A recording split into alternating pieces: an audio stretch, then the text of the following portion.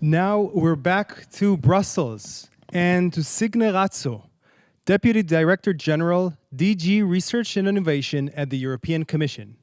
Signe will moderate the next panel. Signe, over to you.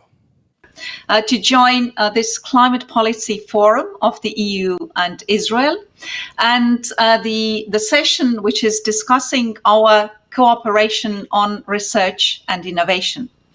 As a member of the board of Director General Research and Innovation, who's also responsible for our association policy, I'm really glad to participate in this session because as the Commissioner Gabriel and Minister Schei very nicely framed this discussion, our cooperation is really essential if we'd like to achieve the objectives that on the EU side we have related to the European Green Deal, but also greening our economies as a whole.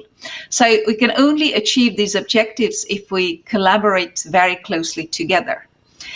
I know that there are some 350 people who are watching us online, which really confirms that there is high interest also in our funding program, Horizon 2020.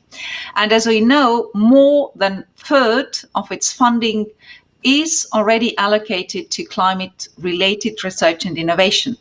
And clearly, this is also the objective of our next framework program, Horizon Europe.